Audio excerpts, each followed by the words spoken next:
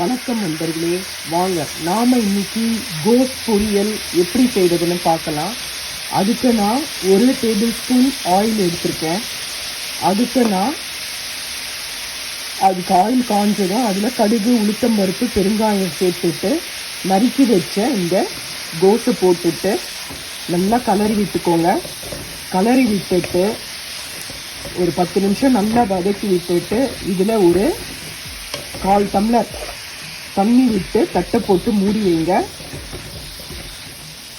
இதில் நான் ஒரு 2 பச்சை மிளகாவை நறுக்கி போட போகிறேன்.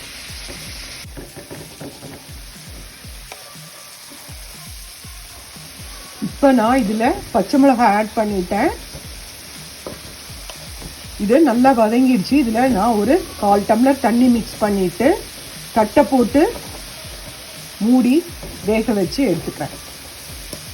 இது ரொம்ப ஈஸி தாங்க. கட் பண்ணுறது தான் கஷ்டம்.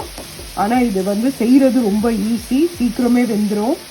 அதனால் நீங்கள் கோஸ் இந்த மாதிரி செய்யுங்க. இதில் நான் ஆனியனெல்லாம் எதுவுமே சேர்க்கல, வெறும் மிளகாய், தேங்காய், அவ்வளோதான். இது ரொம்ப சிம்பிளான வேலை தான், அறிகிறது தான் கஷ்டம். அதனால் இது வத்த குழம்பு சாதத்துக்கு, ரசத்துக்கெல்லாம் ரொம்ப நல்லாயிருக்கும். இது உடம்புக்கும் ரொம்ப நல்லது. இதை செஞ்சு பாருங்கள். ஆல்ரெடி கோஸில் தண்ணி இருக்கும், அதனால தான் நம்ம 1/4 டம்ளர் தண்ணி நல்லா வடிய விட்டு தான் போட்டிருக்கேன். அப்படியும் வெந்தாக்கா இதுலேருந்து கொஞ்சம் தண்ணி வரும் வதங்க. அதனால் இது வேகிறதுக்காக ஒரு 1/4 டம்ளர் மட்டும் தண்ணி விட்டு வேக வைங்க. ரொம்பவும் தண்ணி விட்டிங்கன்னா அது நல்லா இருக்காது கோஸு. ஒரு குறிப்பிட்ட பதத்துக்கு கோஸு வெந்தாதான் பார்க்குறதுக்கும் நல்லாயிருக்கும், சாப்பிட்றதுக்கும் நல்லாயிருக்கும். நல்லா தேங்காவை நல்லா துருவி போடுங்க. பாருங்கள், ஒரு 1/4 டம்ளர் தண்ணி விட்டாச்சு. இப்போ நான் இதை தட்டை போட்டு மூடி வச்சிடுவேன். மூடி வச்ச பிறகு தண்ணி நல்லா வத்தின பிறகு இது நல்லா ட்ரையாக இருக்கும். அந்த செகண்டில் நாம் தேங்காய் போட்டு இறக்கிடலாம். இப்போ உப்பும் சேர்த்துக்கோங்க. தண்ணி விட்டுட்டு தேவையான அளவு உப்பு சேர்த்துக்கோங்க. அவ்வளோதாங்க. கோஸ் ரெடி ஆயிடுச்சுங்க. நான் கோஸில் என்ன பண்ணியிருக்கேன்னா, தேங்காய், கொஞ்சம் 1/4 துண்டு இஞ்சி, ஒரு 1/4 ஸ்பூன் ஜீரகம் போட்டு அரைச்சி அந்த விழுதை நான் இதில் போட்டு கலரி இருக்கிறேன். ஏன் நான் இஞ்சியும் ஜீரகமும் போட்டிருக்கேன்னா, ஒரு சிலருக்கு கோஸு சாப்பிட்டா ஒத்துக்காது, ஏப்பமாக வந்துட்டே இருக்கும்.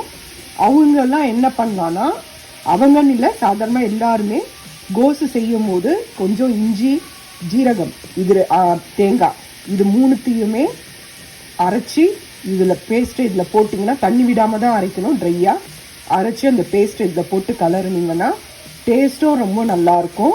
உங்களுக்கு அந்த பிரச்சனையும் இருக்காது. அதனால் நான் இந்த மெத்தட்லேயும் நான் செய்வேன். சம்டைம்ஸ் மிளகாய் போடுவேன். மிளகாய் அரைச்சா ரொம்ப காரமாக இருக்கும். அதனால் மிளகாவை நான் இந்த மாதிரி நறுக்கி போட்டுட்டேன். இந்த 3 பொருளை கடைசியாக நான் அரைச்சி அதை இதில் கலந்து ஒரு 5 நிமிஷம் போட்டு கலரி விட்டுட்டு இறக்கிடுவேன். அவ்வளோதான். உங்ககிட்ட கொத்தமல்லி தழை இருந்தால் அதை தூவி இறக்கிடுங்க. இந்த டேஸ்ட்டு நல்லாயிருக்கும். இதுவும் செஞ்சு பாருங்கள். இந்த மாதிரியும் நீங்கள் செஞ்சு பாருங்கள். ரொம்ப இஞ்சி கிடையாதுங்க, 1/4 துண்டு இஞ்சி தான். அதனால நிறைய இஞ்சி வச்சுடாதீங்க. சும்மா ஒரு 1/4 ஸ்பூன் இல்லைன்னா 1/2 ஸ்பூன் இஞ்சி, அவ்வளோதான். அந்த இஞ்சியை வச்சுட்டு நீங்கள் தேங்காவோட அரைச்சிங்கன்னா சூப்பராக இருக்கும். கோஸ் பொரியல் ரெடி. இவ்வளோதாங்க கோஸ் பொரியல்.